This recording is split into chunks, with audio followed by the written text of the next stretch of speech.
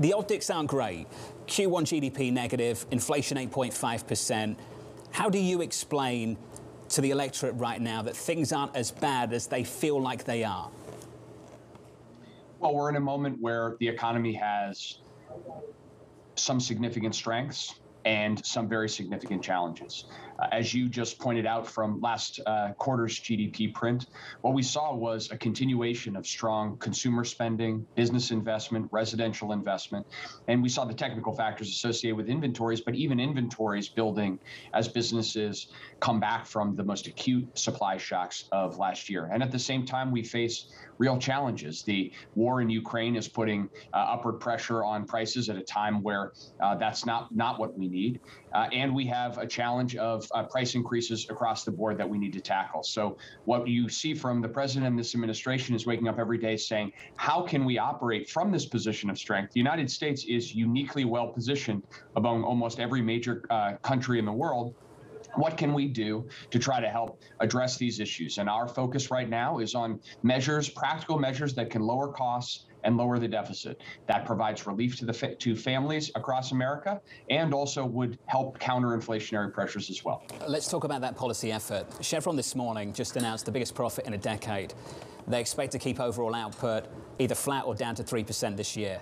Exxon just delivered a $30 billion share buyback. What's the policy response, Brian, to that? Well, number one, we have said we need to see more production in the United States. The market provides every incentive that companies need to produce more, and we are encouraging companies to do so. As you noted earlier, we took the extraordinary effort, the president took the extraordinary action of releasing 1 million barrels a day from the Strategic Petroleum Reserve for 6 months. That is a bridge to a period later this year into Q3 where the industry themselves have said they intend to increase production by about 1 million barrels a day. We want to see that happen, and we're also taking steps to try to ensure that. For example, putting a fee on leases and leased areas where companies are not producing. If companies are going to hold a public asset and they're not going to use it, then they should pay more for that. Those are the kinds of things we're focused on the immediate term to try to get more supply onto the market, while at the same time being very focused on what we need to do for the long term. And what we need to do the long term is provide technology and neutral incentives to drive the entire economy toward cleaner energy. Is there anything you can do on the tax side for the consumer, given where gas prices are? Well, we're looking at all options. Everything is on the table. The goal of increasing supply, just to be very clear, is to provide relief to the end consumer, because we are supply constrained in the current oil market because of Russia's invasion and because of Russian barrels coming off the market.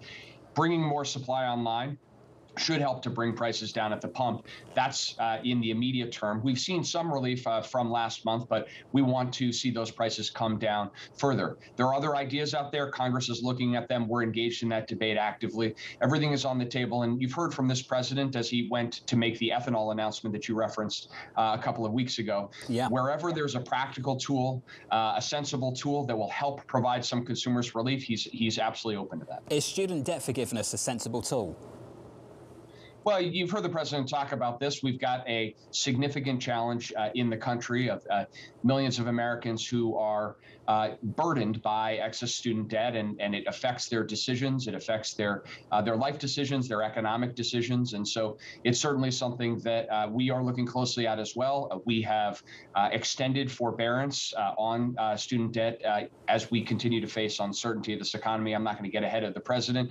As you heard from him yesterday, it's something he's looking closely at, and you should anticipate we'll probably have more to say on that issue in the next couple of weeks. I don't expect you to get ahead of the decision. I would like to understand what you're considering. What are you considering?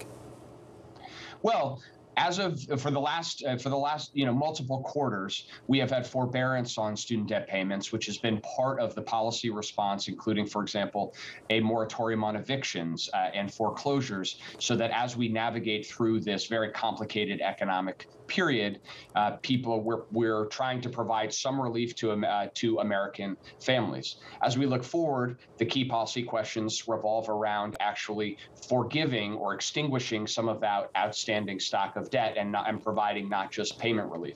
So that's the issue that we're looking at and the parameters of that.